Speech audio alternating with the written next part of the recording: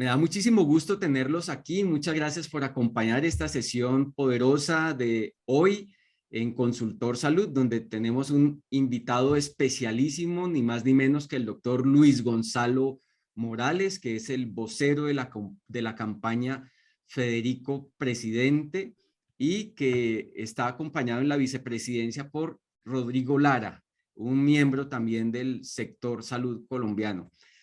Tengo que agradecer a ustedes en este auditorio tan lleno e interesado en conocer un poco la perspectiva gubernativa para el sistema sanitario colombiano en los siguientes 4 años. Entonces, doctor Luis Gonzalo, le doy la más cordial bienvenida a esta sesión, muy amable por haber aceptado esta reunión con Consultor Salud. Muy buenos días, Carlos Felipe. Un placer estar contigo en esta conversación y, por supuesto, un saludo muy cordial a todas las personas que van a estar viendo este video para que conozcan de primera mano cuál es el pensamiento del candidato Federico Gutiérrez sobre el sector salud, lo que nosotros creemos que hay que destacar, lo que nosotros creemos que hay que ajustar. Pero muy importante el aporte de todos ustedes en conservar y en seguir construyendo y mejorando un mejor sistema de salud para todos los colombianos. Muchas gracias, Luis Gonzalo. Comencemos por el principio, indudablemente. ¿Quién es Luis Gonzalo Morales? Porque tú y yo hemos coincidido en muchos escenarios académicos y hemos seguido tu línea profesional, distinguida, por cierto, dentro del ministerio, en la Secretaría de Salud y tus ejecutorias en Antioquia, en distintas instituciones. Cuéntale, por favor, al auditorio, ¿quién es Luis Gonzalo Morales para comenzar? Bueno, Luis Gonzalo Morales es un médico paisa, nacido en Medellín, de una familia tradicional antioqueña. Somos 9 hermanos, ocupo el sexto lugar, el quinto lugar entre esos 9 hermanos. Estudié medicina en la Universidad Pontificia Bolivariana. Igualmente hice una maestría en salud pública en la Universidad de Antioquia, igualmente una maestría en ciencia política en la Universidad de los Andes y también 2 especializaciones, una en gerencia de servicios de salud en la Universidad de AFID y otra en economía en la Universidad de los Andes. Yo he ocupado prácticamente todos los cargos en el sector salud. Comencé siendo médico director de un pequeño hospital en Antioquia, el municipio de Toledo, y de ahí he sido director de diferentes hospitales públicos, unos 5 o 6 hospitales en diferentes regiones de Antioquia. También he sido director de EPS. Tuve la fortuna, digámoslo así, de iniciar con la EPS de Confenalco Antioquia, una EPS que hoy ya no existe. Y también ser gerente más recientemente de la EPS Sabia Salud en Antioquia. He sido igualmente secretario de salud en 2 oportunidades, en el año 98 al 2000 y ahora entre el 2016 y el 2019, ambos en las alcaldías de Enrique Peñalosa. He trabajado igualmente como consultor internacional para USAID, para la CEPAL, para el Banco Interamericano de Desarrollo, y estuve 10 años por fuera del país con proyectos de la Agencia de Cooperación de los Estados Unidos, una parte con base en República Dominicana y posteriormente en Perú. Conozco bastante bien muchos de los sistemas de salud, yo creo que casi todos los sistemas de salud en América y en otras partes del mundo. Y pues decirles que llevo 40 años de experiencia en este sector. También he sido consultor del Ministerio de Salud, me he desempeñado allá como director de aseguramiento, de manera que he estado en todas las posiciones del sector. Tengo una experiencia práctica bastante importante, gerenciando instituciones durante mucho tiempo, pero igualmente haciendo parte de las actividades de las entidades de rectoría, como son las secretarías de salud y el Ministerio de Salud, y tengo la fortuna de conocer otros países, otros sistemas de salud, lo que le ayudan a uno mucho a darle un contraste en la construcción de lo que es este sistema de salud en Colombia.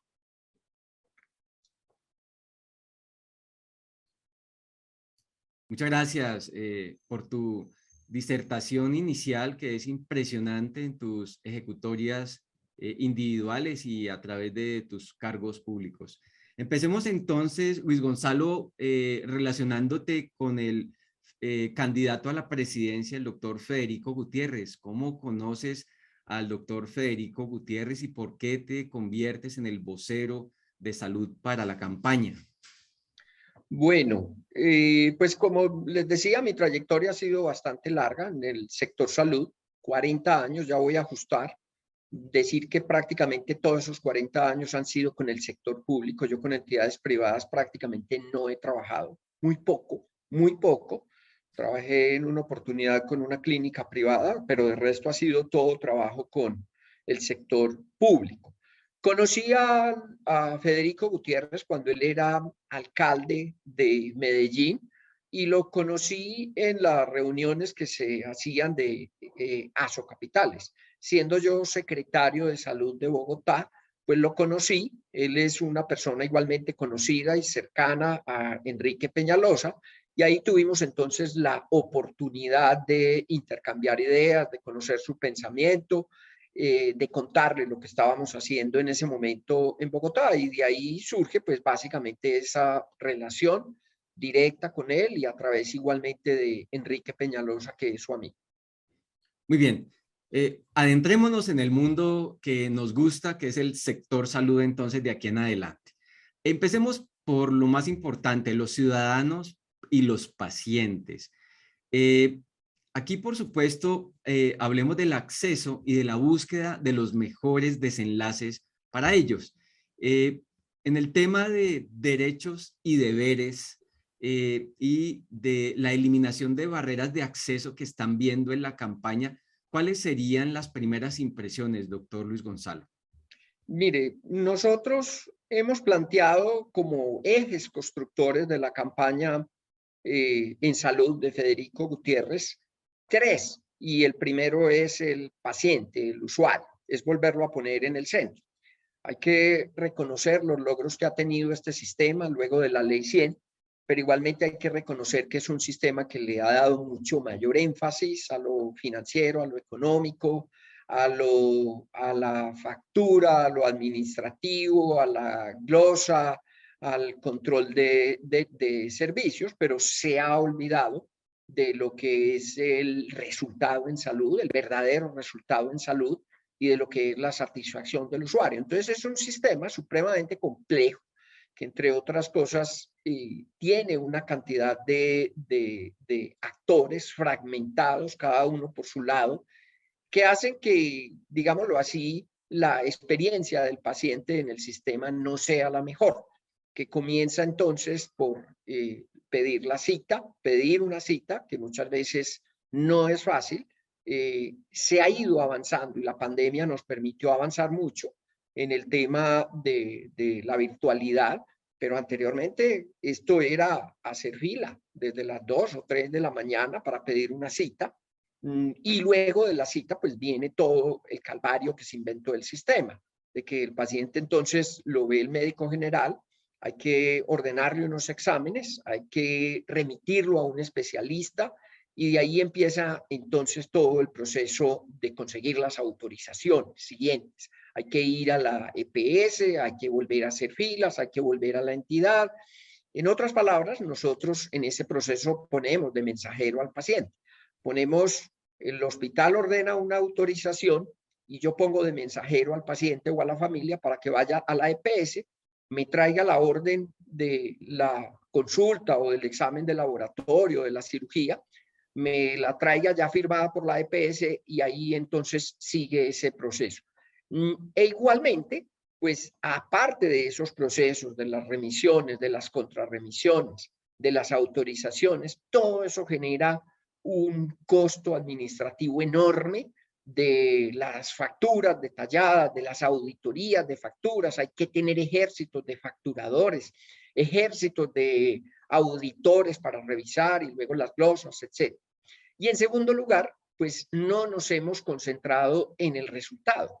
Aquí nos hemos concentrado en este sistema mucho más en la cantidad de servicios. Aquí, para ponerle un ejemplo, un paciente que tiene un cáncer hoy, eso ha mejorado un poco, pero sigue siendo un calvario, requiere 12 instituciones diferentes. Cada institución a donde va es una nueva cita, es una autorización, es una referencia. Eso lo hace todo el paciente. Nosotros colocamos al paciente o a la familia de mensajeros para que hagan todas esas vueltas que deberían ser hechas entre el prestador y la EPS. Pero la fragmentación lo que hace es premiar, o digámoslo así, darle mayor importancia a la cantidad de servicios que se prestan, pero nadie se preocupa en realidad por el resultado final. Nosotros no debemos seguir pagando por la cantidad de servicios que se consumen, sino por el resultado final. Y yo le pongo el ejemplo. Pues, ¿cuál es el resultado final cuando yo veo un paciente, tengo frente a mí un paciente, una paciente con cáncer de mama? Pues no es que le hagan consulta, biopsia, que pues por supuesto que todas esas son cosas que se requieren, pero yo no debo pagar por cuántas consultas, por cuántas quimioterapias, por cuántas radioterapias. Yo debería pagar es por el resultado. ¿Y cuál es el resultado? Pues que se cure, que se cure. Yo lo que quiero es una paciente que se le hace todo el tratamiento y se cura. Y debería pagar entonces porque se cure. Y aquí va lo que tú mencionas de los deberes y los derechos. No solamente que se cure, sino que esas pacientes que puedan estar a riesgo porque tienen antecedentes familiares de padecer un cáncer, pues se busquen entre sus familiares, se hagan los exámenes de tamizaje periódicamente y se mantengan controladas de su enfermedad, que ojalá no avance, que ojalá no aparezca y que si aparezca sea tratada de manera integral y oportuna. Y esto plantea un reto, y es que los prestadores no pueden seguir actuando como actúan ahora, fragmentados. Hoy tenemos en el país, según el REPS, el Registro Especial de Prestadores, más de 20,000 prestadores que actúan de manera autónoma, independiente, cada uno por su lado. Una torre de Babel completa. No hay un grupo de ellos que sí haga cargo de manera integral por el paciente. Aquí, quien trata de hacer eso es la EPS. Entonces, la EPS lo que trata es de organizar y buscar que los prestadores se junten y atiendan oportunamente de manera integral al paciente, lo que a veces no se logra. Ese es uno de los aspectos que tiene que ver con los pacientes.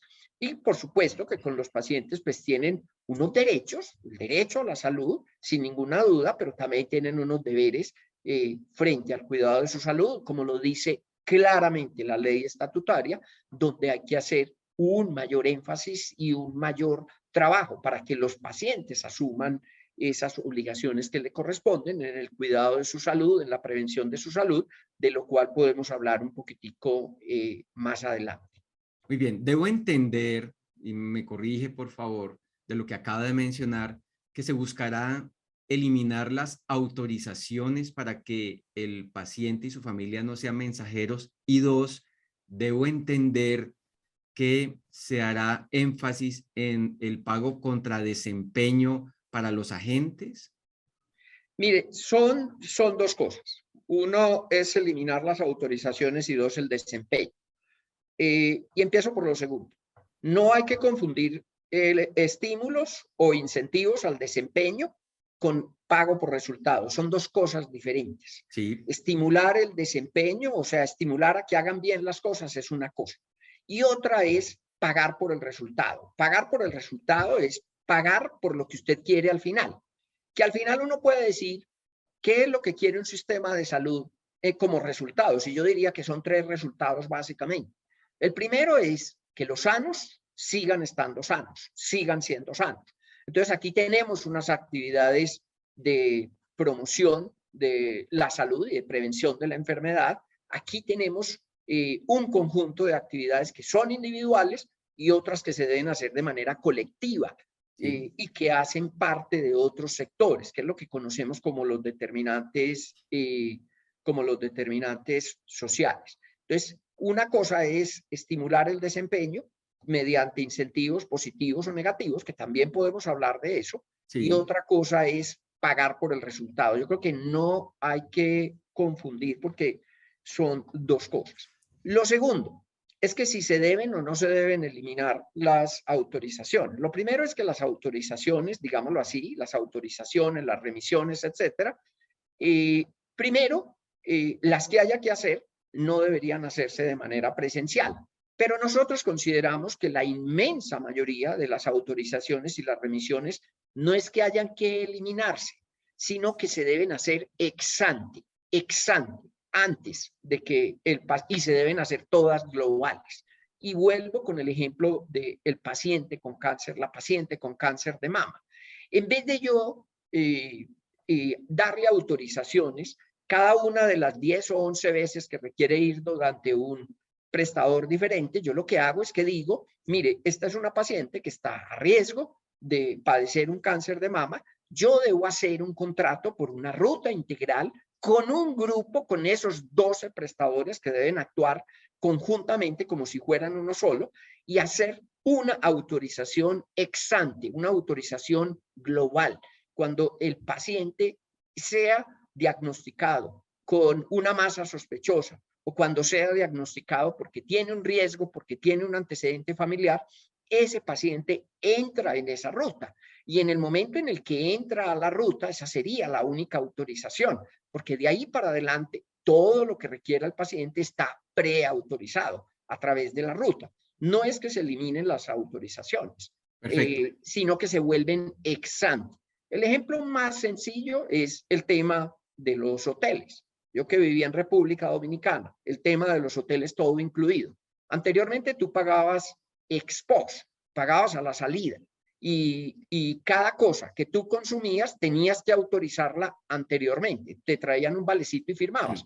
Hoy, el ejemplo del todo incluido, y por eso estamos diciendo que debemos trabajar en paquetes todo incluido, es que todo se autoriza desde un principio. A la entrada, se paga la entrada, se paga antes y se autoriza todo lo que se pueda consumir hacia adelante. Y eso lo que quita es que elimina por completo las autorizaciones y elimina esos trámites que tienen que hacerse por el paciente o por la familia del paciente. Muy bien, siguiendo con este primer tópico que es el del ciudadano y del paciente, ¿cómo le está pareciendo, doctor Luis Gonzalo, el Plan Decenal de Salud Pública? ¿Le gusta? ¿Le haría ajustes? Porque eso podría ser una de las grandes columnas vertebrales de los siguientes años de gestión. A ver, a mí me parece que, pues, si conozco el anterior y he conocido otros, porque yo llevo, como le digo, 40 años en este sector, y me parece que es una herramienta muy importante, una herramienta estadística muy importante, epidemiológica muy importante, que da una luz acerca de cómo se deben orientar las políticas de salud en función de las enfermedades, en función de los factores de riesgo, etc. Pero yo creo que este país tiene que avanzar en ponerle nombre. Cuando hablemos, por ejemplo, de cáncer de mama, no debemos hablar o seguir hablando del cáncer de mama como un conteo innominado de pacientes. Yo lo que le estoy diciendo es que nosotros debemos pasar a construir grupos de riesgo y uno puede ser el de cáncer de mama.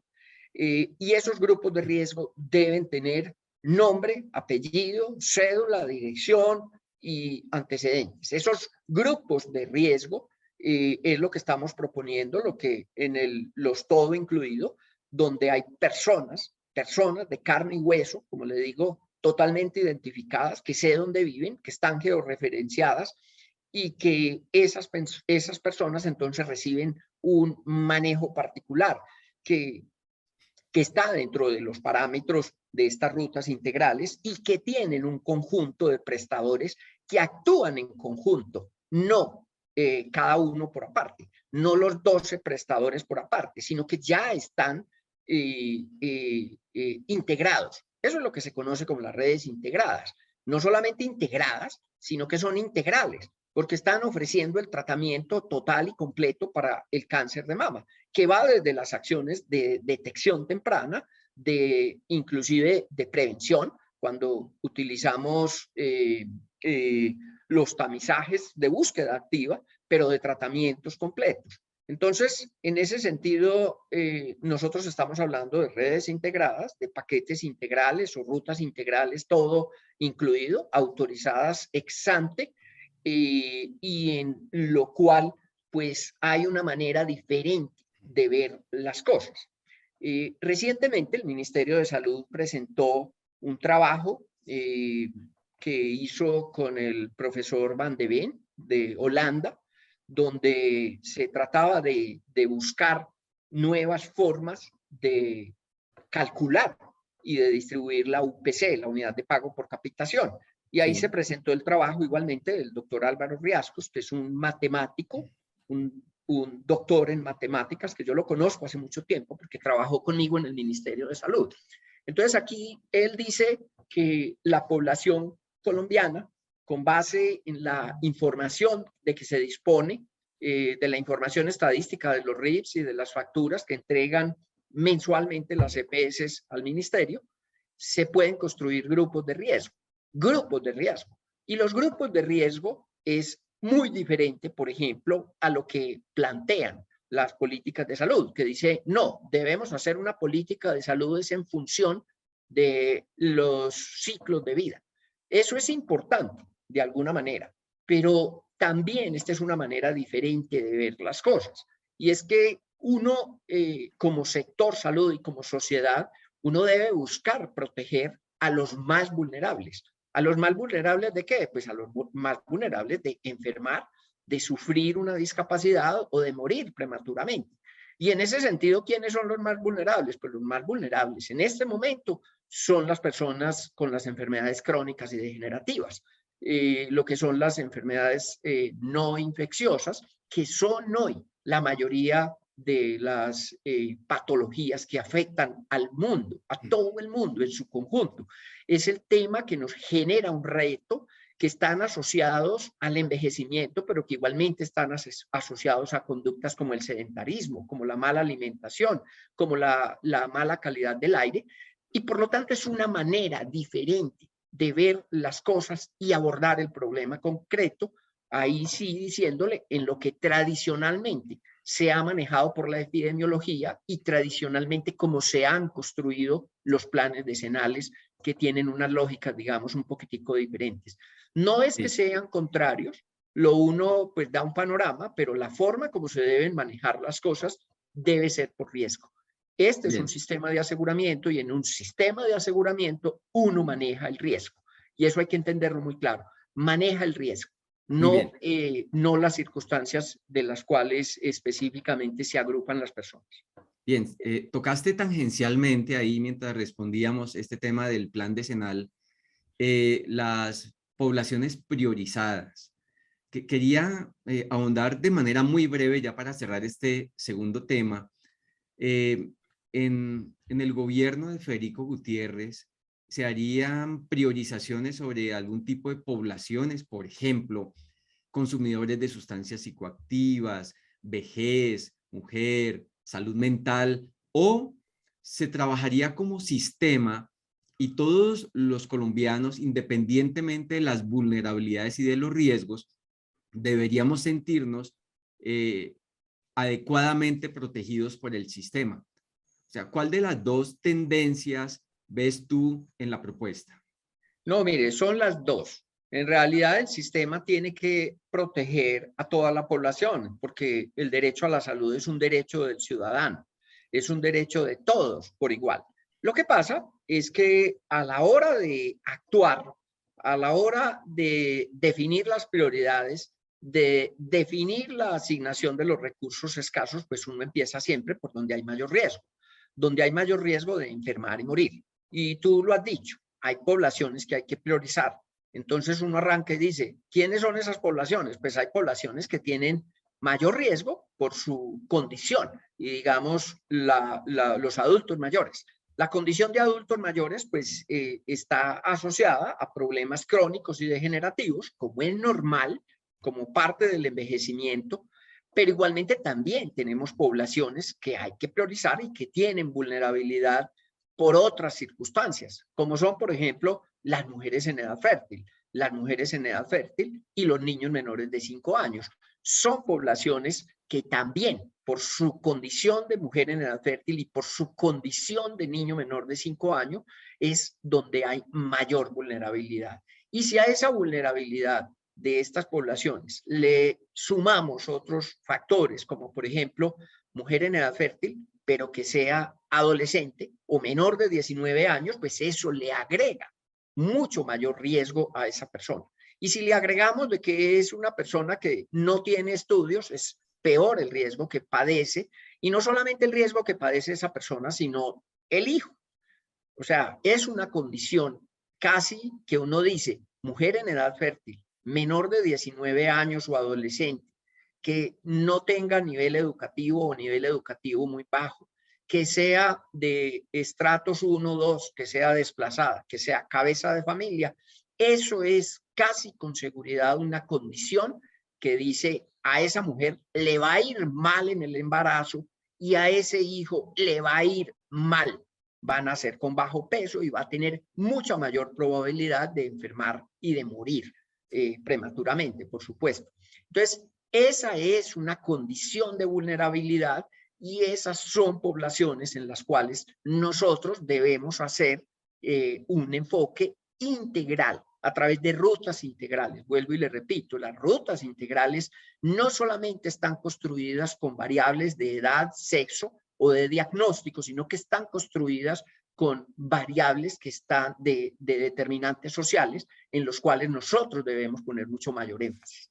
No es la mujer y el hijo de estrato 6 que vive en el norte de Bogotá la que se va a complicar con mayor facilidad, sino aquella que vive en un barrio de invasión en Ciudad Bolívar, que es adolescente, que no tiene trabajo, que es cabeza de familia, que es madre soltera y que además es obesa. Perfecto, muy bien. Vamos a nuestro tema número 3 para cambiar totalmente la conversación que estamos teniendo y hablemos de tecnologías. Luis Gonzalo, hablemos de la producción, de la compra, del suministro de las tecnologías y de su regulación. Entonces voy a hacer la introducción preguntándote sobre medicamentos. ¿Qué vamos a ver en el futuro sobre medicamentos de marca, sobre medicamentos genéricos, sobre biosimilares y su puerta de entrada? ¿Qué está pensando la campaña? Mire, aquí hay que mirar de alguna manera qué es lo que está sucediendo. Y por supuesto que la población y que esa va a ser nuestra política, se debe facilitar y tener todas las posibilidades para que la población, y especialmente estos grupos que le digo, especialmente los grupos que padecen enfermedades crónicas y degenerativas, puedan acceder a las mejores tecnologías que se están usando en el mundo, que demuestren que sean efectivas en lograr el resultado o la promesa que se hace, pero igualmente que sean costo efectivas, costo eficientes, desde el punto de vista que la inversión que se haga pues sea comparativamente superior a lo que uno tiene en términos de los resultados que se esperan. O sea, enfoquémonos en los resultados. Y esos resultados pues tienen que ser, y eso es lo que uno busca. El sistema de salud, y yo creo que aquí hay coincidencia, todos los sectores lo dicen claramente, hay el problema que tienen los sistemas de salud, no solamente en Colombia, sino en todo el mundo, lo constituye la sostenibilidad financiera. Nosotros tenemos un problema de sostenibilidad financiera y sobre la sostenibilidad financiera, pues lo que se muestran los estudios es que el envejecimiento de la población pues atenta en el futuro contra la sostenibilidad del sistema, porque significa que vamos a tener más personas de adultos mayores, no solamente más, sino que van a vivir más tiempo y por lo tanto hay una mayor probabilidad de que padezcan enfermedades que van a ser costosas o condiciones que van a ser costosas. Y eso genera una presión financiera sobre el sistema. Y nosotros no podemos ser ajenos a esa circunstancia. Pero cuando uno mira los estudios sobre sostenibilidad financiera, pues el envejecimiento es un riesgo, pero el envejecimiento es mucho más lento y el envejecimiento, en la medida en que vaya aumentando la expectativa de vida y vaya llegando, acercándose a los 100 años, ese problema con el tiempo tiende a disminuir y a estabilizarse. O sea, no va a seguir creciendo a la misma proporción, digamos, el costo que tiene el envejecimiento sobre los sistemas de salud, porque en la medida en que nos acerquemos a los 100 años, pues se va a ir acumulando y eso se va a ir estabilizando. O sea, eso no va a seguir creciendo. Pero sí hay un problema que lo demuestran los estudios, no solamente, vuelvo y le repito, en Colombia, sino a nivel mundial. El principal problema hoy, prácticamente entre el 65 y el 70% de la presión financiera sobre los sistemas para su sostenibilidad futura, la generan las nuevas tecnologías. Las nuevas tecnologías. Y para decirle, en Colombia, las nuevas tecnologías le cuestan al sistema entre 4 y 5 billones de pesos anuales. Eso significa que nosotros tenemos un crecimiento, no más por efecto de las nuevas tecnologías, del 10% anual, 8% anual, y que eso no es, o por lo menos, no se está dando en la misma proporción en la que están creciendo los ingresos. Nosotros el año pasado, o mejor dicho este año, para que ustedes tengan una idea, la inflación del sector se calculó en 5%, el aumento de la UPC fue un 10%, significa que le metimos 5 puntos adicionales a incorporar nuevas tecnologías. Pero tenemos una presión entonces tecnológica, estas nuevas tecnologías generan una presión, digámoslo así, sobre la financiación y de alguna manera ponen en riesgo la sostenibilidad futura. A esto hay que buscarle solución, sin ninguna duda. La sociedad tiene que decidir en qué se va a gastar su plata. Y si eso significa un costo creciente en el sector salud, que como le digo, ese costo pues va a seguir creciendo, pero va a llegar a un punto en el cual no va a crecer más. Y yo creo que no estamos muy lejos de eso. ¿Por qué? Pues porque la población se va acercando a los 80, 85 años y eso ya se va acumulando y prácticamente el crecimiento va a ser muy lento a partir de ahí. En Colombia ya estamos en 78 años, pero hay que controlar el uso de las tecnologías, sin ninguna duda, y ese es un esfuerzo que está haciendo hoy todo el mundo, no es solamente Colombia. Que tengamos tecnologías que ya no solamente sean tecnologías seguras, que no ofrecen un riesgo para las personas, ni un riesgo inmediato, ni un riesgo en el mediano plazo, y eso es en lo que nos hemos concentrado. Pero ahora, en lo sucesivo, es que estas tecnologías sí produzcan el resultado, o mejor dicho, que sean mejores que las tecnologías actuales. Y lo segundo es que su precio sea fijado en función del resultado que produce. Para ponerle un ejemplo, si hoy me traen una nueva tecnología y esa nueva tecnología produce un resultado que es, por decir alguna cosa, y en gracia de discusión, un 10% superior a la que hay actualmente, pues entonces el precio no puede ser más de un 10% superior, porque si no, lo que estamos generando es una inflación de precios que no se está trasladando en mejores resultados. Ese es básicamente, y yo de aquí con todas las preguntas que tú tienes en ese sentido, si utilizamos marcas, si utilizamos genéricos, si utilizamos biosimilares, si hay que hacer regulación de precios. Ahora hablamos un poco de lo de la compra centralizada, negociaciones centralizadas, porque eso tiene más, es un efecto, pues por supuesto, los volúmenes y las economías de escala, pero esto tiene más un efecto es en el control de la corrupción, las compras usando plataformas y lo que tú mencionas, si es bueno comprar, que cada uno compre por aparte o hacer, como se dice, que el Estado debe negociar, por ejemplo, un grupo de medicamentos y hacer una zona compra y distribuir, pues eso es un tema que hablamos enseguida, pero que está mucho más asociado, por supuesto, con este tema, pero más con el tema de corrupción. Pero te resumo, tenemos que tener, no solamente en Colombia, sino en todo el país, en todo el mundo, por supuesto, bienvenidas las tecnologías, pero las tecnologías tienen que demostrar que sí sirven para lo que dicen servir y que sus precios deben estar en función de esos avances tecnológicos o de esas mejoras tecnológicas que producen mejores resultados. Perfecto, Luis Gonzalo. En el año 2012, Colombia aprobó el documento COMPES 155, que es la Política Farmacéutica Nacional. Pues ya lleva bastantes años de trabajo, las metas están vencidas casi universalmente. Mm, ¿Tendríamos una nueva política farmacéutica nacional en este gobierno? Y como ya hiciste una corta introducción, es muy interesante compartir con el país sectorial si habría interés o decisiones relacionadas con comprar o negociar centralizadamente medicamentos y si eso lo haría Colombia o lo haría a través de la OPS o a través del Comisca en Centroamérica. Y también sería bien importante si esas negociaciones se harían a través de plataformas electrónicas, ya que Colombia tiene hoy una plataforma que es Colombia Compra Eficiente, y si se continuarían esos estímulos y se harían universales. ¿Cuál es la idea que ronda en la campaña?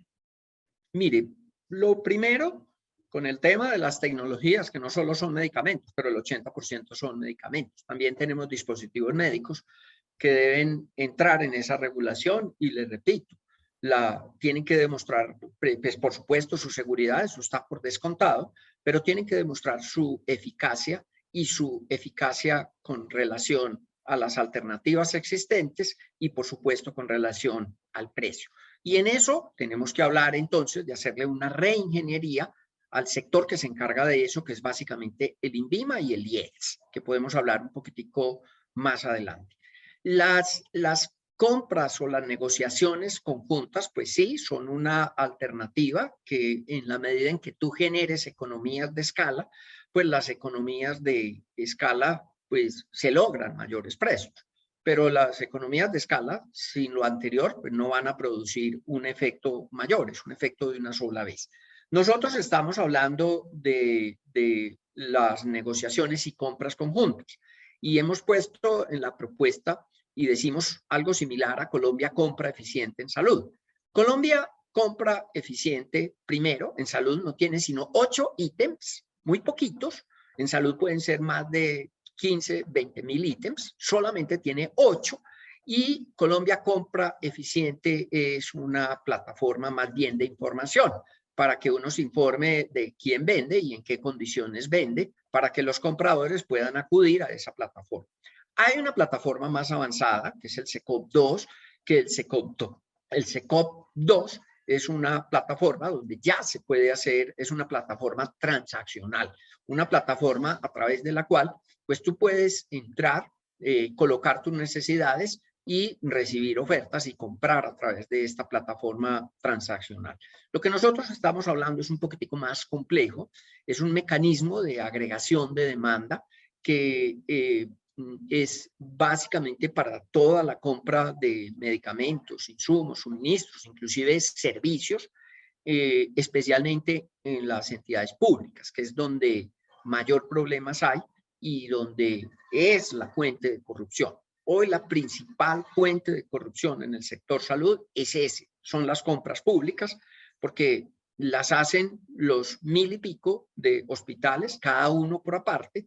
Eso pues tiene las ineficiencias de las economías de escala, pero eso favorece que se hagan entonces las negociaciones por debajo de la mesa. Eso no es un secreto, eso lo conoce todo el mundo y todo el que haya trabajado en este sector sabe que eso es así y que eso funciona así y que esto se ha vuelto fuente de corrupción para no solamente funcionarios o personas del sector salud o afines, sino igualmente como fuente de financiación de políticos. Y entonces esto se liga lo uno con lo otro, es que como los gerentes de los hospitales que deberían ser elegidos por méritos, esto se quitó, entonces ahora el gerente es elegido por apoyos políticos y muchas veces para los políticos es más importante escoger el gerente del hospital que el alcalde, porque el gerente tiene mayor presupuesto, mayor discrecionalidad, mayor cantidad de cargos a contratar que lo que puede tener el mismo alcalde. Entonces, esa mezcla de política en el control de las instituciones públicas y de compras regidas a través, sin ninguna regulación, regidas por políticos, pues es una mezcla venenosa, digámoslo así. Es una mezcla que daña el sector salud. Y también hay que decirlo, también hay corrupción en el sector privado en ese aspecto. Nosotros, ¿qué estamos proponiendo? Son mecanismos de agregación de demanda. Se lo voy a resumir brevemente en qué consiste. Lo que consiste es que esta es una plataforma, es obligatoria, puede tener la base del SECOP 2, pero en esta plataforma, a esta plataforma obligatoriamente acuden los hospitales públicos y llevan sus necesidades de compras. Por supuesto que estas necesidades hay que estandarizarlas para que todos sepamos qué es lo que está comprando cada uno, que sea lo mismo, estas necesidades entonces van, el hospital público va con su CDP, con su certificado de disponibilidad presupuestal, ese CDP, entonces se entra a esta plataforma, que este es un club de compradores y de vendedores, y con ese CDP se le hace una cesión de ese derecho de ese CDP, posiblemente a la ADRES, para que luego sea la ADRES la que pague mediante giro directo al proveedor. O sea, para que aquí haya la seriedad de que lo que se está negociando se va a pagar y que no luego, que como todos saben, la coima que le piden al proveedor para pagarle, le dicen, sí, yo le pago y le anticipo su pago y se lo pago de primero, pero deme el 10% o deme cualquier otro beneficio. Entonces esto se lleva, se hace la agrupación de las necesidades con los respectivos CDPs, o sea que van a comprar conjuntamente una cantidad de proveedores, de entidades, y esto entonces se pone a disposición de los compradores, que también van a tener que estar registrados, y se hace un mecanismo de subastas inversas, donde yo les... Sí. Quiero interceptar esa gigantesca idea que estás lanzando, preguntándote dos cosas. Uno, ¿tendría entonces el Estado un operador logístico para distribuir esta compra masiva de hospitales públicos que se me está ocurriendo de acuerdo a tu disertación, o eso no está pensado? Sí, sí, yo creo que sí. Yo creo que Okay. sí. Y eso pues habría que hacerlo y habría que sectorizar el país. Habría que crear, por decir, 5 regiones y hacer no una sola negociación para todo el país, pero hacer negociaciones para hospitales públicos en diferentes regiones, hacer 5 regiones, por decir, la costa Caribe. Y entonces en la costa Caribe están los siguientes hospitales.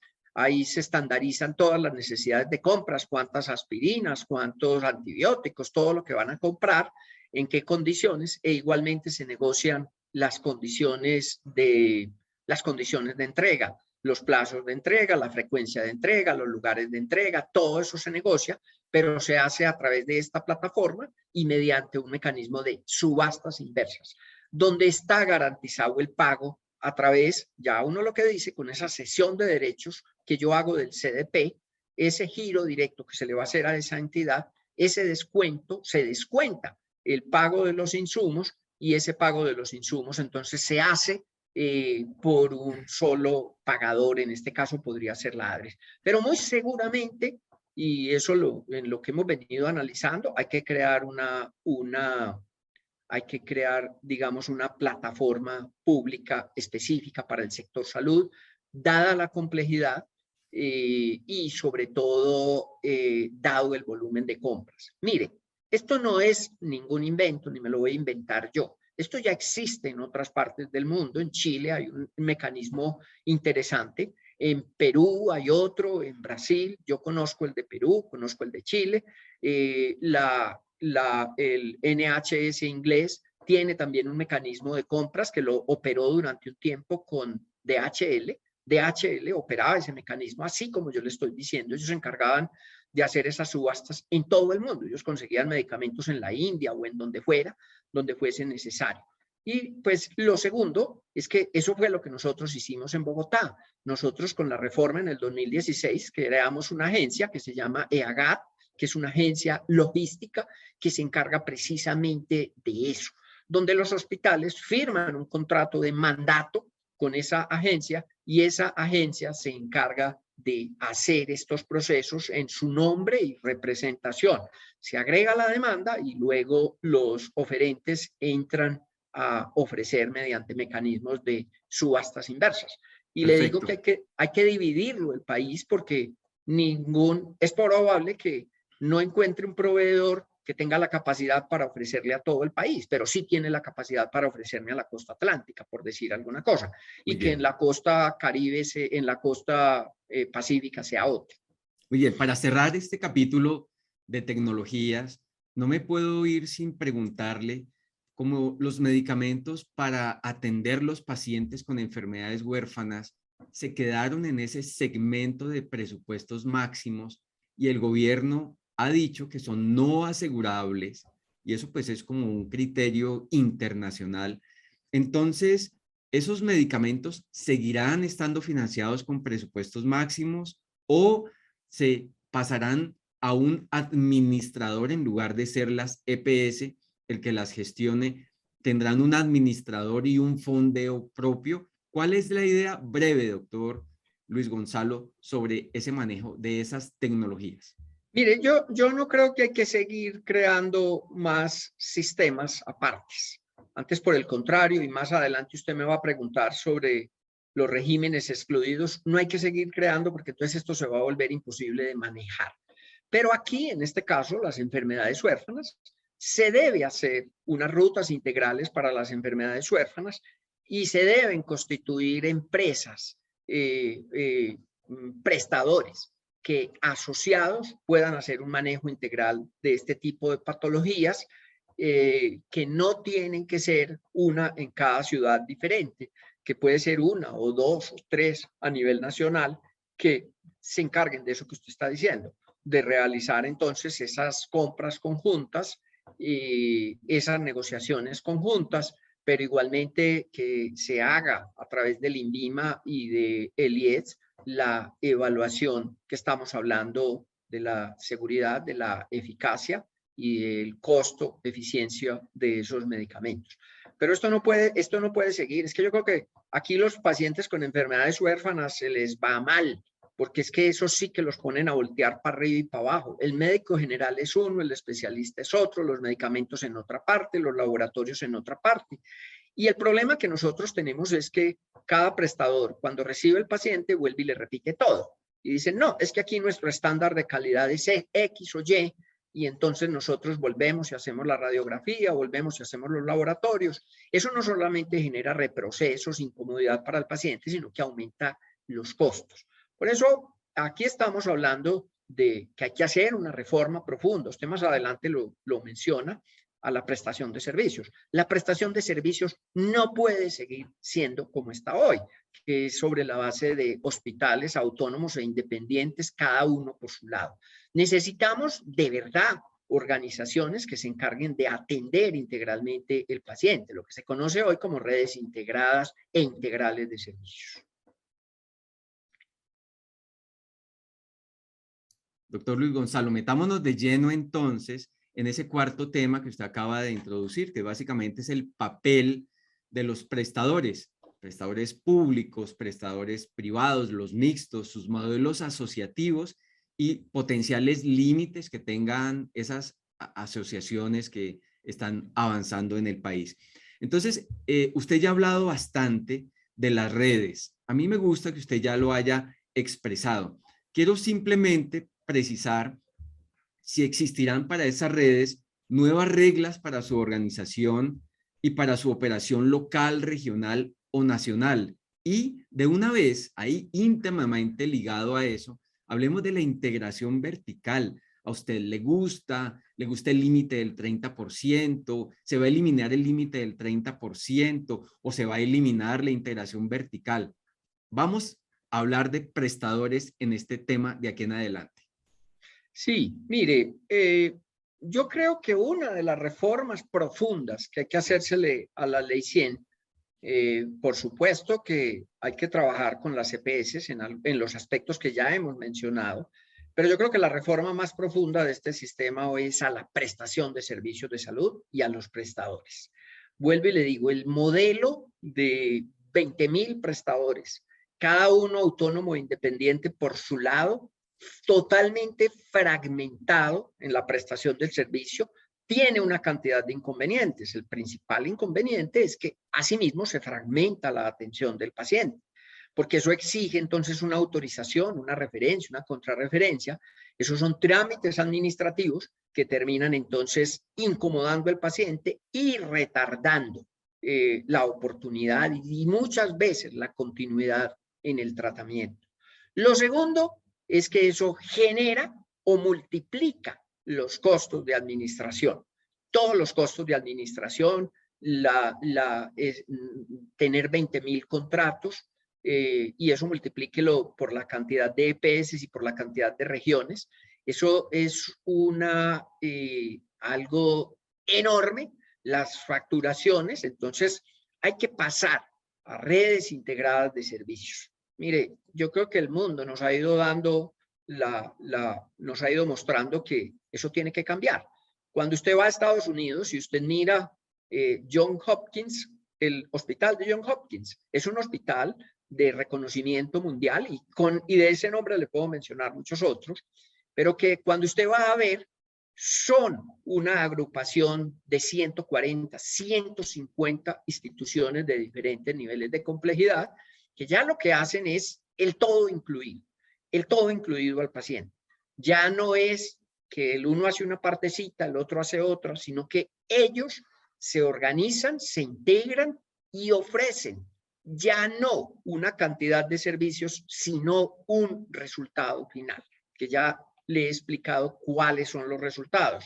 Que el sano siga siendo sano, que el que se enferme de algo agudo lo diagnostiquen, lo busquen, lo diagnostiquen y lo traten rápidamente para que vuelva a estar sano, y que aquel que padece una condición crónica pues se mantenga controlado, que no sufra de discapacidad y que no se muera prematuramente. Entonces, hoy a lo que debemos avanzar es hacia redes integradas e integrales de servicios, que estén construidas no, o mejor dicho, en función de los grupos de riesgo. Ya le dije, por ejemplo, cáncer, los cánceres. Deberíamos tener esas organizaciones que se encarguen del manejo integral del cáncer, desde hacer los tamizajes hasta hacer los tratamientos complejos de quimioterapia, radioterapia, cirugía, que se encarguen de todo eso, que yo le entregue el grupo de mujeres y que sean atendidas integralmente en todo lo que requieran. Necesitamos entonces redes integradas, integrales, que en el caso, por ejemplo, que usted me ponía de las enfermedades huérfanas, yo no necesito una entidad de esas en cada ciudad de Colombia, donde haya un paciente o dos pacientes. Probablemente yo necesito 1, 2 o 3 entidades a nivel nacional que se encarguen de manejar integralmente los pacientes con enfermedades huérfanas donde estén. Es el caso de hemofilia. Yo en el cargo anterior, gerente de Sabia Salud EPS, pues nosotros creamos una ruta integral para atender los pacientes con hemofilia. Son 212 pacientes en ese momento aquí en Antioquia, donde no se justifica que yo tenga una entidad o un contrato para que los atiendan en cada lugar, un contrato diferente, no. Los atiende una unión temporal, en este caso un consorcio de 3 entidades públicas y 2 entidades privadas, que se encargan del manejo integral y del resultado. ¿Cuál es el resultado que uno espera con un paciente con hemofilia? Pues hombre, que lo diagnostique oportunamente, que mire si tiene marcadores y que lo mantenga controlado. O sea, un paciente con hemofilia yo no lo quiero ver descompensado, no lo quiero ver en unas urgencias o en una unidad de cuidados intensivos. Eso es lo que uno espera y ese es el resultado que uno espera. Entonces, en ese sentido, yo creo que sí, hay que avanzar en nuevas reglas para la organización.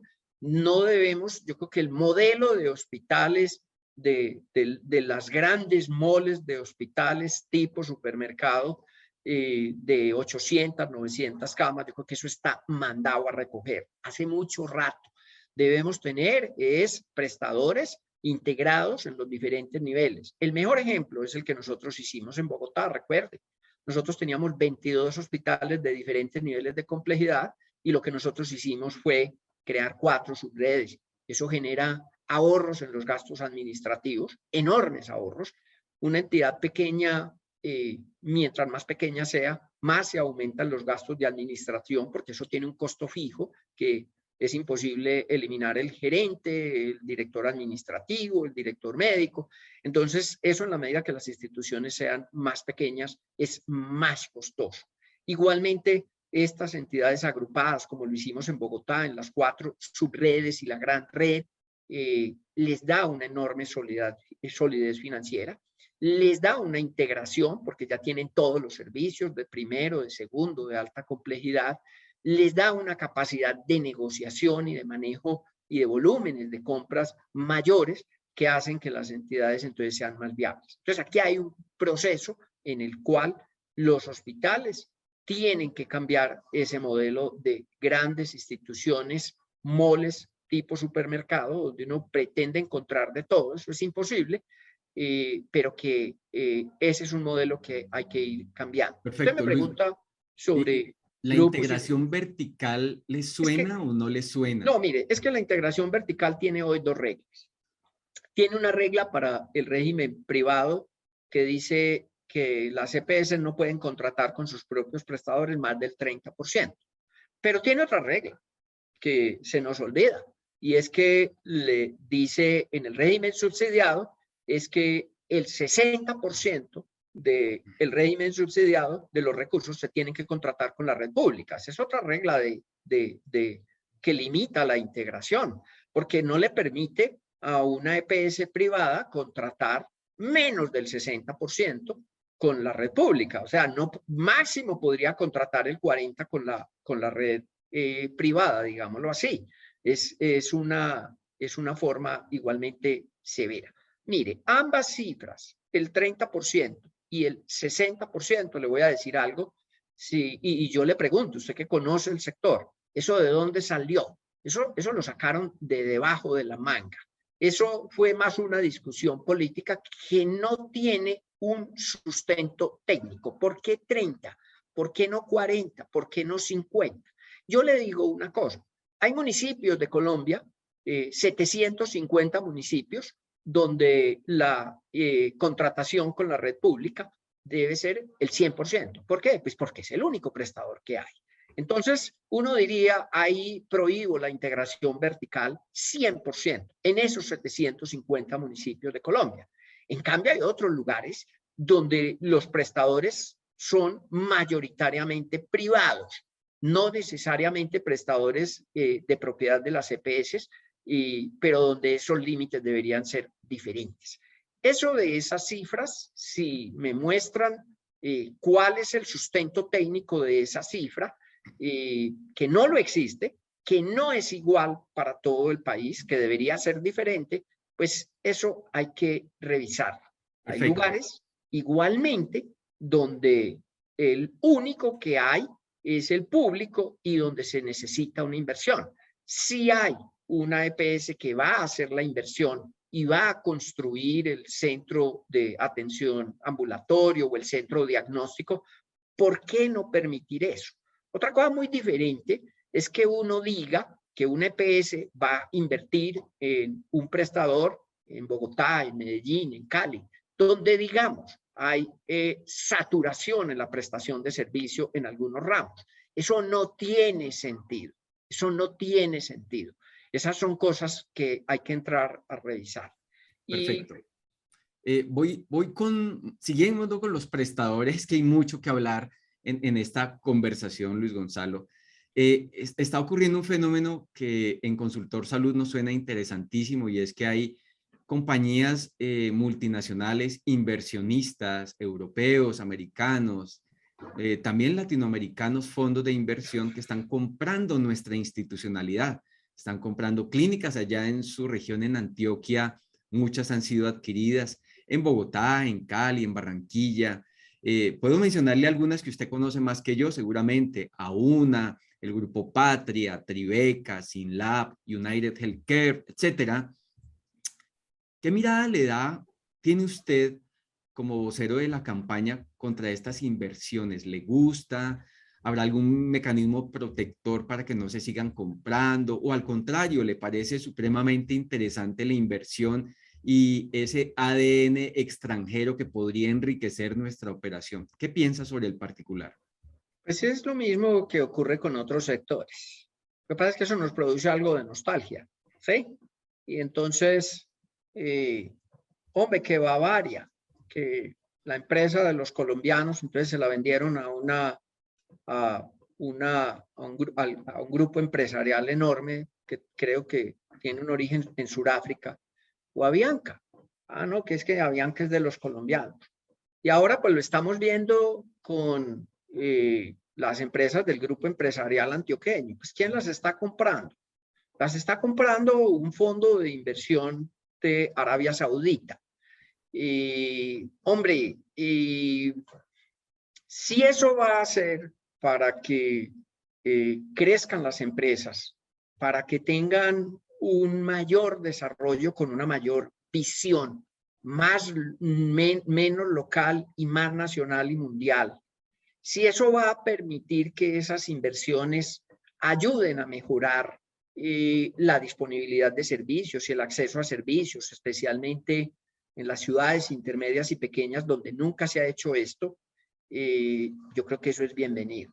Eso es bienvenido. Yo creo que de los objetivos, no solamente de esta campaña, sino de todos los gobiernos, pues ha sido promover la inversión extranjera. Yo más bien le pregunto, ¿por qué no en el sector salud? Yo creo que de prestación.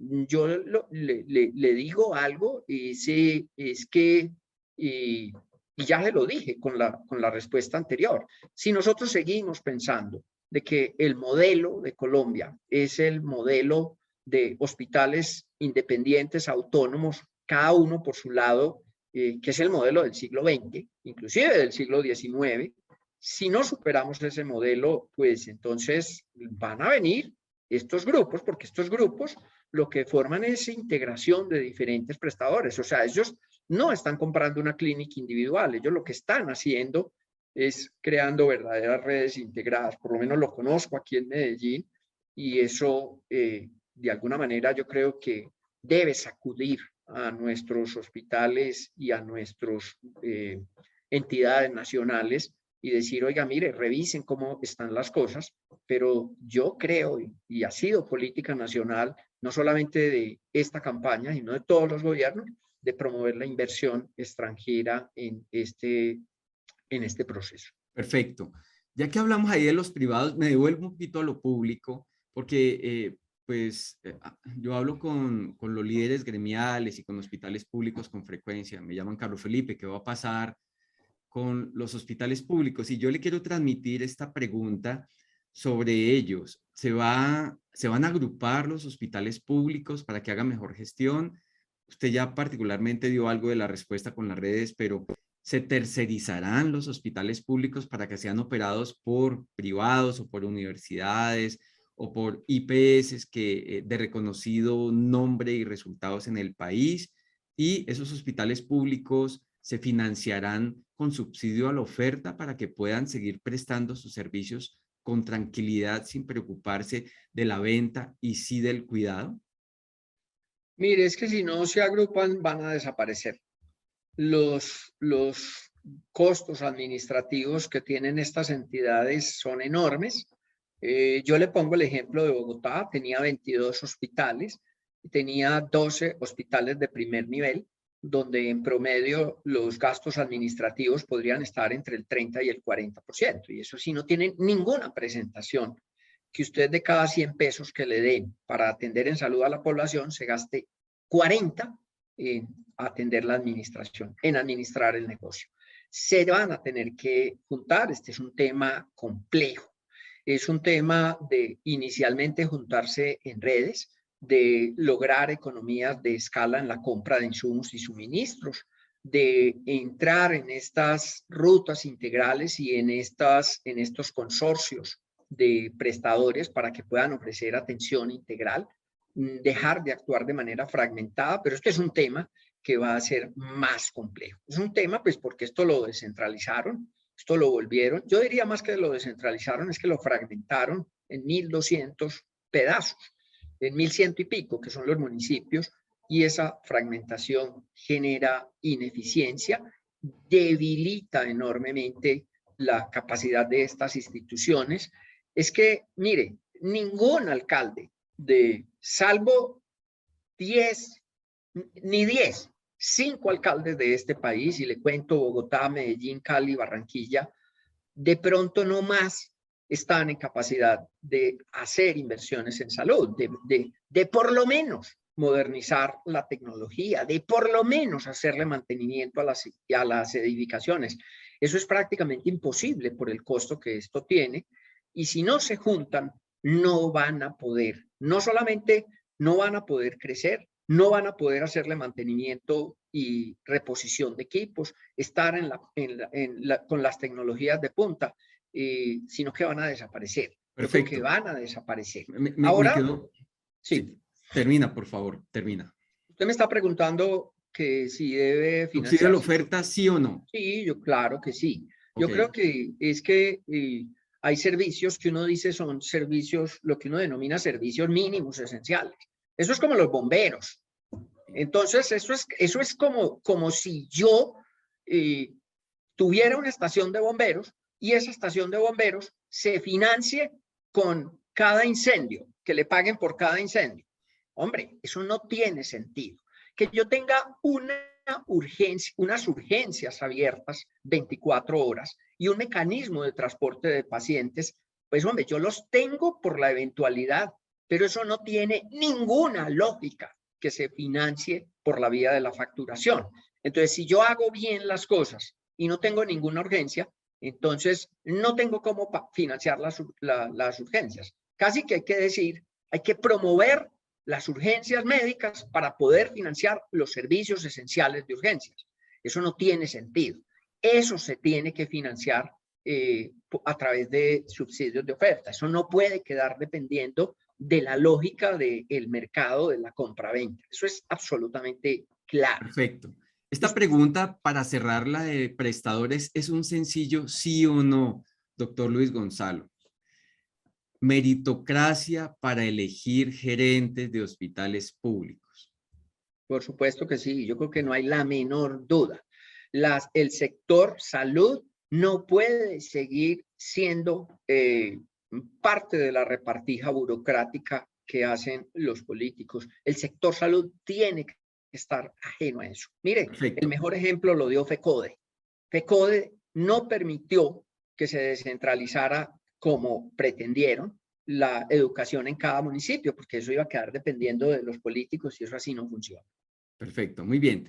Cerremos entonces ya el capítulo de prestadores y pasémonos a otro capítulo también súper interesante y polarizante, si se quiere, en la campaña electoral, que es el aseguramiento, el rol de los pagadores, las EPS, la ADRES, los regímenes contributivos subsidiados y de excepción. Entonces, vamos con la pregunta que seguramente la audiencia que está aquí en esta reunión está esperando. Vamos a continuar con EPS, van a continuar todas las EPS, se va a liquidar a las malas EPS, van a nacer EPS públicas, o hay algún otro modelo que la campaña, Federico, presidente, esté considerando. Mire, este es un tema largo de las EPS, porque a la gente se le olvida lo que sucedió con la ley 100, por qué se crearon tantas EPS, por qué luego se liquidaron una cantidad de EPS. Pero yo se lo digo con toda claridad. Colombia tiene un sistema de aseguramiento y yo creo que eso lo reconocen todas las otras campañas. Este es un sistema de aseguramiento y en un sistema de aseguramiento uno gestiona el riesgo. Esto es muy distinto a un sistema nacional de salud, que un sistema nacional de salud no es un sistema en el fondo de aseguramiento, es un sistema de atención y de pago por el Estado. En un sistema de aseguramiento tienen que haber aseguradores, porque es que si no, no se pierde la esencia del sistema de aseguramiento. Y un asegurador o un tercer agente o un intermediario, como le dicen peyorativamente hoy, pues no solamente cumple la función de intermediación financiera, que por supuesto existe la intermediación financiera, Porque es que un sistema de aseguramiento en el cual el paciente pague directamente no existe. Alguien le tiene que pagar en nombre y representación del paciente al prestador. El paciente no paga de su bolsillo, eso se acabó. Un sistema de aseguramiento no pagan las personas contribuyen al sistema de aseguramiento según sus capacidades, pero reciben según sus necesidades. Por lo tanto, tiene que haber una intermediación financiera. Que la haga una entidad pública, privada, mixta, eso es otra cosa. Pero debe haber una intermediación. Lo segundo es que el paciente no está en capacidad por sí mismo de escoger a dónde ir. Si yo tengo un cólico, ¿para dónde me voy? Y si eso requiere la complejidad, digamos, de un tema de un cáncer de mama o de una enfermedad crónica, cualquiera, una enfermedad huérfana, pues se requiere una cantidad de prestadores y de atenciones y la función de organizar la oferta que estamos diciendo, hay que organizarla ex ante y no ex post, como se hace hoy. O sea, hay que organizarla mediante rutas y pagos integrales, rutas integrales y pagos integrales. Hay que organizar la oferta, hay que buscar las personas, hay que identificar cuál es la población que uno tiene, en qué condiciones están, cuáles son las que están en esos grupos. Hay que organizar esos grupos de riesgo. Eso no lo hacen los prestadores. Hay que acompañar al paciente en el proceso de atención. Hay que servirle de enlace con el prestador. Esa es parte de la gestión del riesgo. Hay que verificar que los prestadores agrupados en rutas sí estén cumpliendo con esos objetivos, que yo pueda saber. O sea, esas son las funciones del tercer agente o tercer pagador, o como ustedes lo quieran llamar, en un sistema de aseguramiento. Me queda claro. No se deben acabar.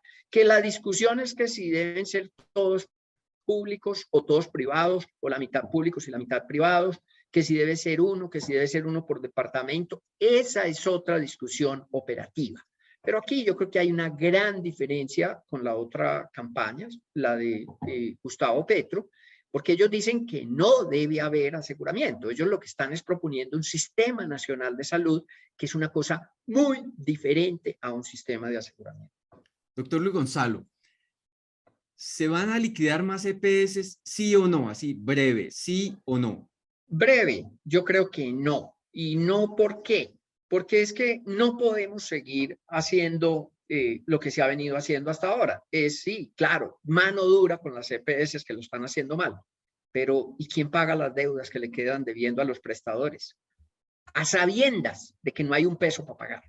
Entonces, y segundo, los pacientes quedan en el aire. Yo no creo que se puedan seguir liquidando EPS hasta que no tengamos claro, primero, cómo vamos a garantizar la continuidad de los pacientes en su tratamiento y segundo, quién y cómo le va a pagar a los prestadores. O sea, no puede ser los paganinis de esto, los prestadores y los pacientes. O sea, eso tiene que tener una solución y en eso estamos proponiendo una ley especial, una ley de salvamento y sostenibilidad del sistema para que en la medida en que se liquide un EPS, yo sí tenga con qué financiar, con qué pagarle a los prestadores y garantizar la atención de los pacientes.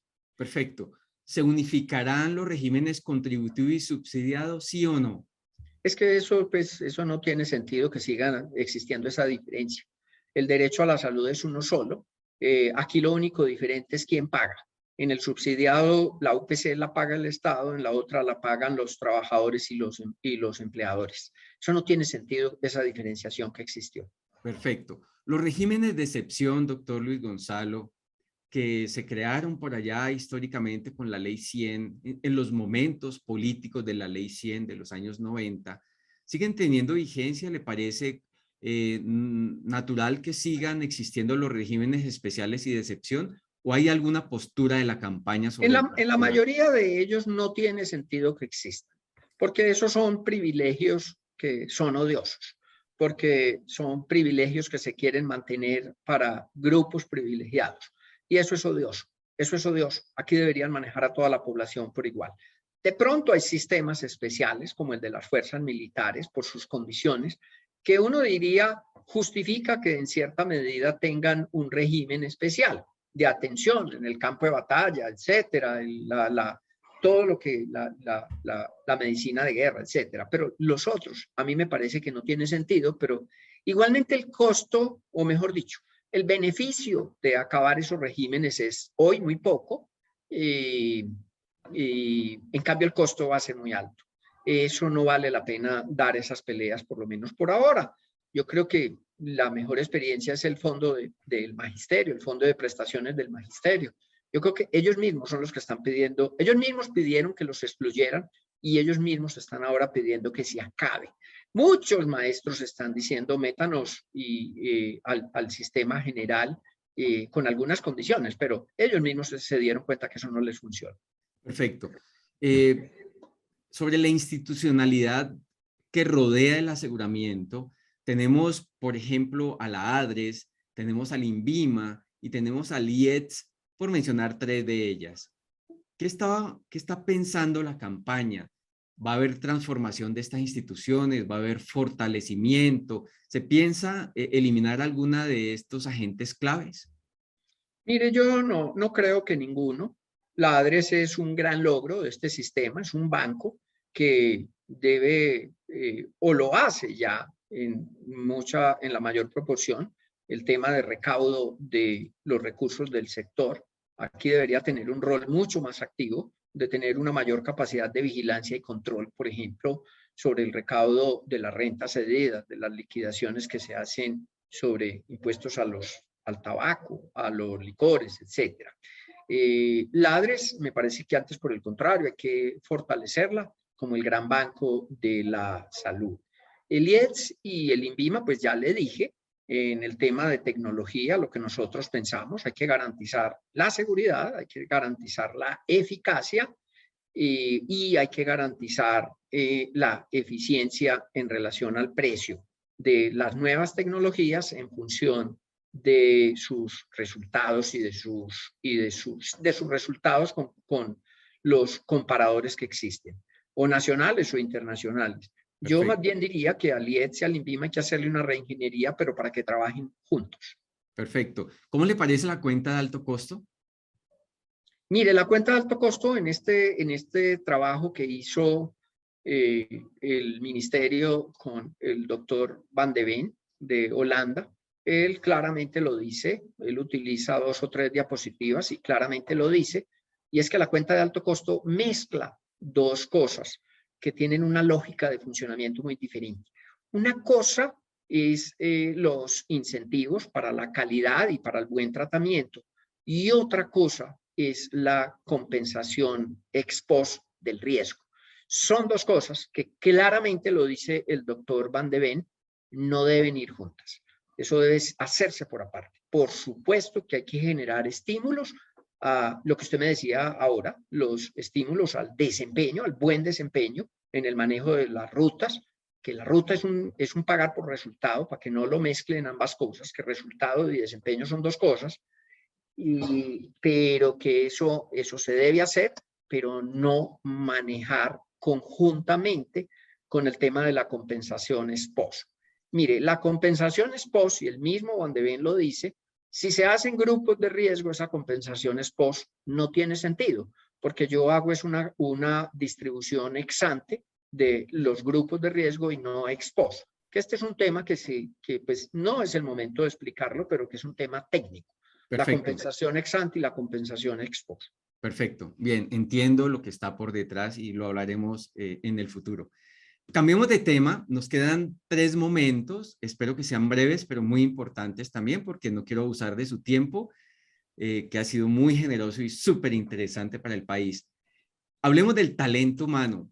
Por supuesto, aquí en esta reunión, doctor Luis Gonzalo, tenemos médicos, enfermeras, gerentes, auditores, líderes, inversionistas, dueños de compañías, muchos de ellos pertenecientes a nuestro gremio.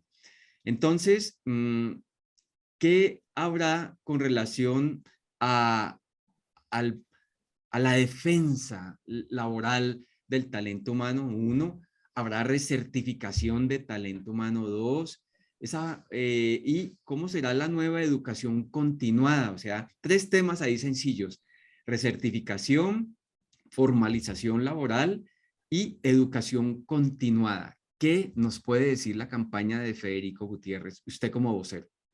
Nosotros estamos hablando de crear la ley del talento humano, que tiene 3 elementos fundamentales. El primero es crear un régimen especial, especialmente para las empresas sociales del Estado, donde todos los trabajadores que hoy están por órdenes de prestación de servicios, 70% de las personas que laboran con las empresas sociales del Estado, tengan una vinculación laboral formal con garantías mínimas de incapacidades, vacaciones, etcétera. Eso debe hacerse, entre otras cosas, para quitarle a la política esas órdenes de prestación, porque es que lo que sucede con esas órdenes de prestación no solamente abusan del trabajador, sino que son contratos a 3 meses, 4 meses, 6 meses y se vuelven en el menudeo político de haga contratos por 4 meses y a los 4 meses vuelve y renueve todos los contratos, pero con un criterio de clientelismo político. Eso se tiene que acabar. El tema de la formación, nosotros estamos hablando de un fondo nacional con recursos públicos que genere algo conocido como los créditos canjeables por servicios. Es que yo preste dinero, que no es solamente dinero para pagar la matrícula, sino un dinero que tenga algo para la manutención de la persona, no solamente para especialidades o subespecialidades, sino para medicina general, enfermería, auxiliar de enfermería, que es donde más déficit hay en el país. Lo de las especialidades, pues también, pero sobre todo las especialidades básicas, las 4 especialidades básicas, y es prestarle a la gente y decirle, yo le presto para que estudie, para que pague la matrícula, para que tenga con qué mantenerse, pero ese crédito que yo le hago se lo condono en la medida en que usted me haga un servicio social en alguna de las zonas, ciudades pequeñas e intermedias del país. Y el tercer elemento es la vinculación de los hospitales del país, de los mejores hospitales y de las universidades en la operación, que sirvan como padrinos en la operación de ciertos hospitales del país y que ellos igualmente en esos contratos de operación, en esas alianzas público-privadas de operación, se encarguen de hacer actividades de educación continua en los lugares donde están. ¿Le suena la recertificación o no?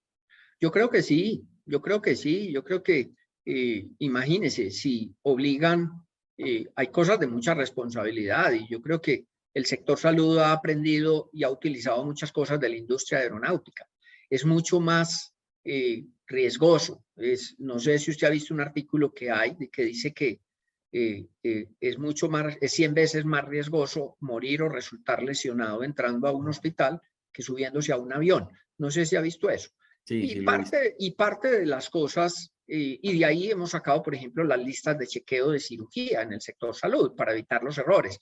Usted sabe que los errores médicos en Estados Unidos ocupan si no el segundo, el tercer lugar entre las causas de morbilidad. Entonces, por supuesto, los pilotos los recertifican y los recertifican porque es que cumplen una labor con una enorme responsabilidad sobre otros y por lo tanto yo creo que hay que volver a esto de la recertificación, por lo menos de las evaluaciones periódicas. Perfecto.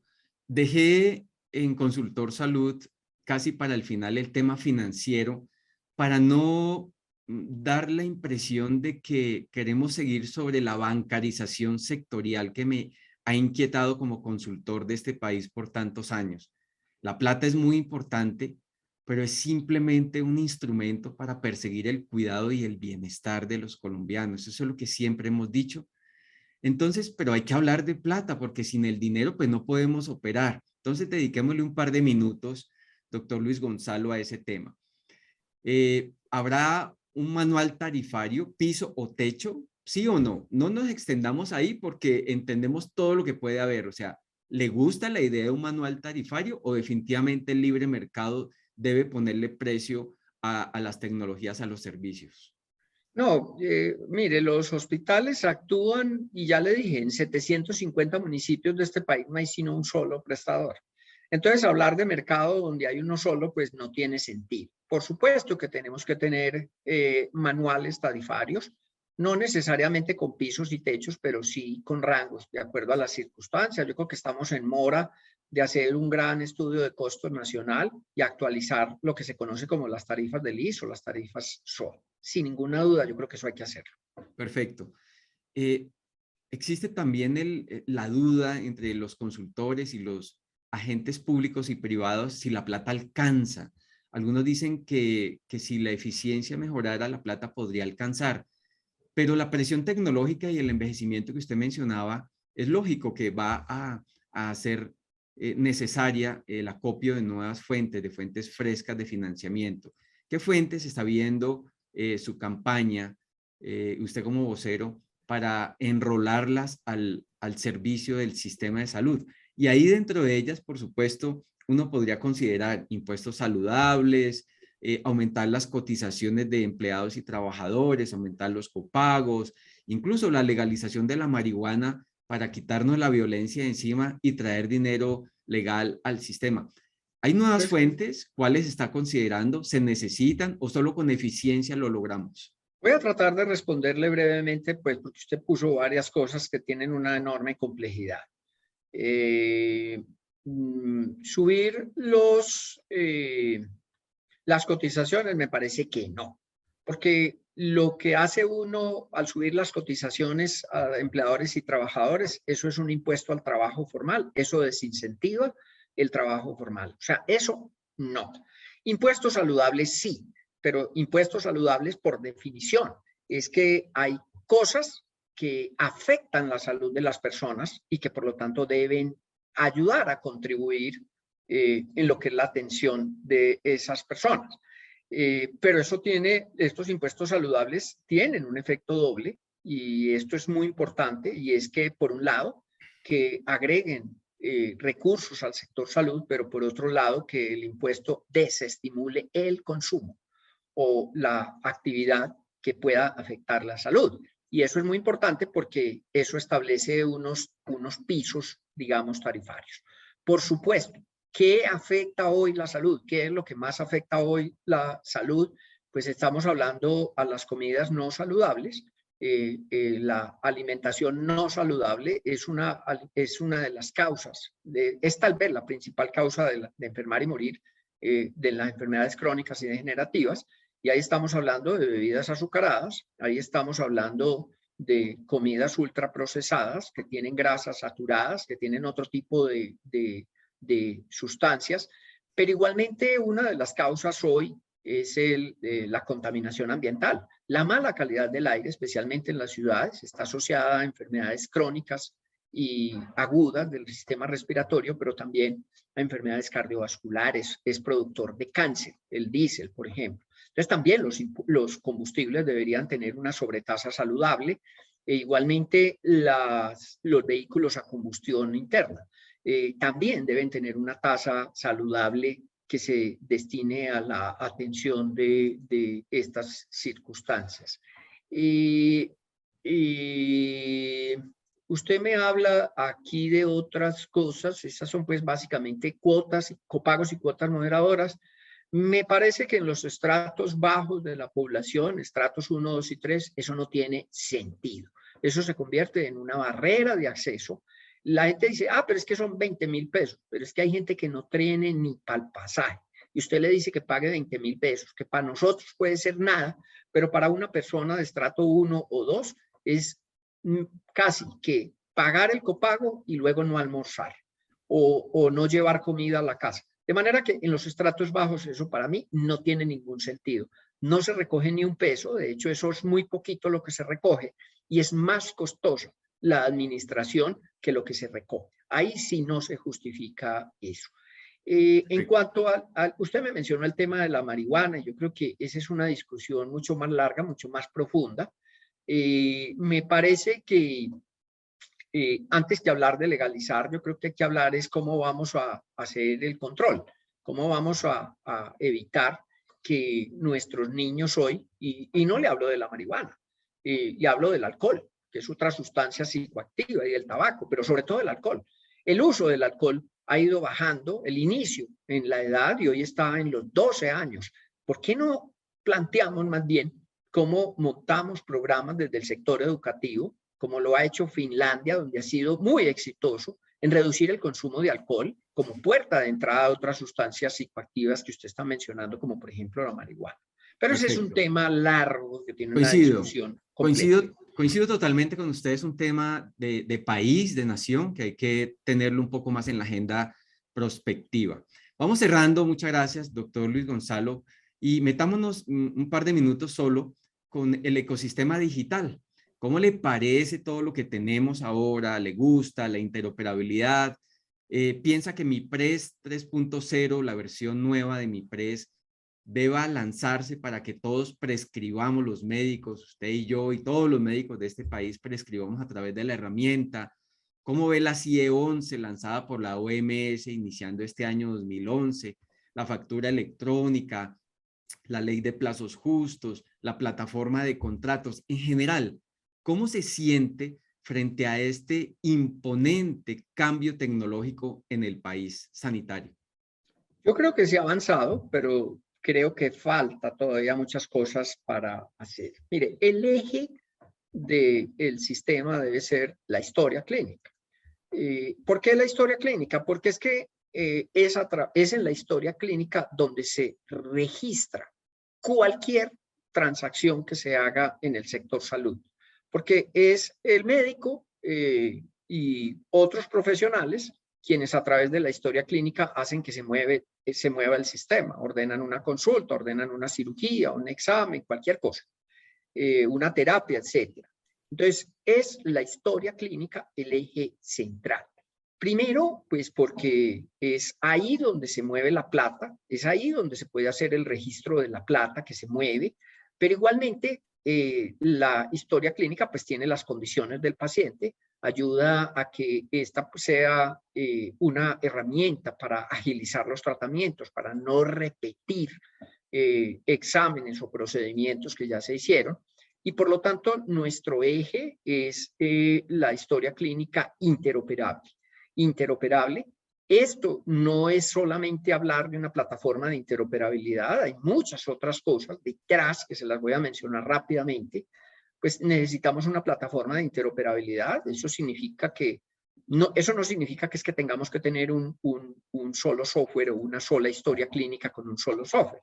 No, cada proveedor, cada hospital puede tener su historia clínica diferente, simplemente que tiene que estar organizada de acuerdo a unos estándares de arquitectura de datos clínicos para que pueda interoperar. Pero esa plataforma tiene que ser pública, tiene que ser una sola y esa plataforma pues viene acompañada de otras cosas. Hay hospitales, mire, eso es increíble, pero hoy el 60-70% de los hospitales, especialmente los pequeños y los medianos, no tienen software de historia clínica, no tienen cómo pagar eso. Entonces hay que ofrecer alternativas para que se tenga software de historia clínica. Ahora, software de historia clínica es historia clínica y historia administrativa, donde está todo lo demás, donde están los diagnósticos, donde están los procedimientos y donde está, por supuesto, la factura, que la factura se origina es con los diagnósticos y con los procedimientos, ahí es donde se origina la factura. O sea, es toda el software el famoso GIS,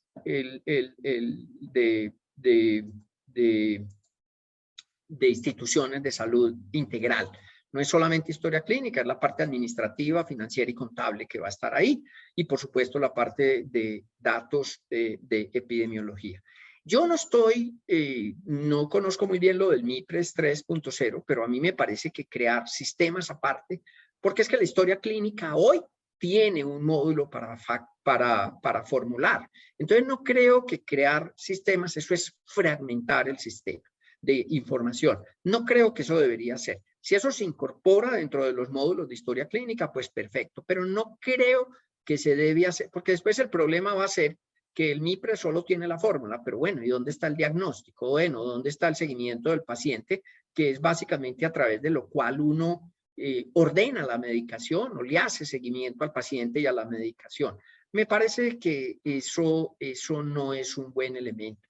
Pero igualmente, el 70% de los hospitales de este país, y especialmente los públicos, no tienen infraestructura tecnológica, no tienen conectividad, no tienen computadores, no tienen cableados estructurales, no tienen servidores, no tienen impresoras. Entonces hay que hacer un gran esfuerzo para que eso se pueda hacer. Pero esto hay que hacerlo. Es increíble que este sistema en 30 años no tenga un sistema único de información.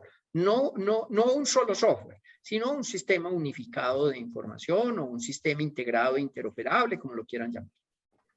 Muchísimas gracias, doctor Luis Gonzalo. Hemos llegado al final de esta conversación, 1 hora y media de expresión libre sobre todos los temas de la campaña Federico Presidente y Rodrigo Lara Vicepresidente, con usted como un impresionante vocero sanitario.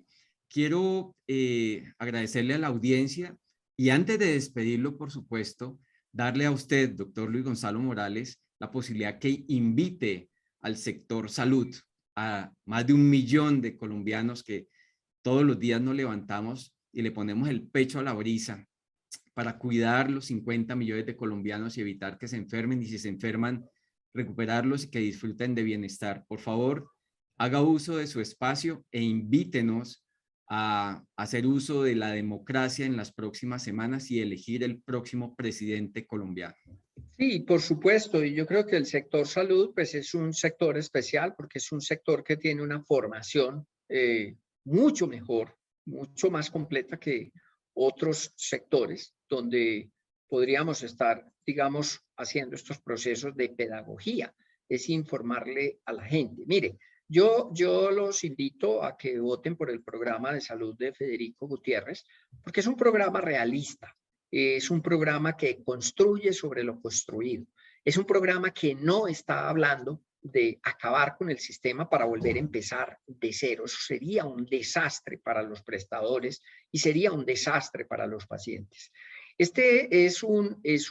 Igualmente es una propuesta que, hay que decirlo, es la única de las propuestas que tiene metas concretas, que hemos hablado de cifras, lo que demuestra no solamente el conocimiento, la seriedad y el compromiso que se debe tener en estos temas. O sea, estos no son solamente promesas. Y decirles que aquí detrás hay un equipo de personas que tienen una gran experiencia, que tienen un enorme conocimiento del sector salud, que lo que estamos planteando son cosas concretas y reales que se pueden hacer, que tienen financiación, que no son simplemente promesas para convencer a la gente. Y en ese sentido, pues yo los invito a que voten por la alternativa en salud del candidato Federico Gutiérrez. Muchas gracias, doctor Luis Gonzalo, por su valiosísimo tiempo. A todos ustedes, este auditorio fantástico, totalmente lleno de personas de todo el país, muy amables por haber estado en esta invitación de Consultor Salud. Muchos éxitos, doctor Luis Gonzalo, y nos vemos en una próxima oportunidad. Hasta pronto. Muchas gracias a ustedes.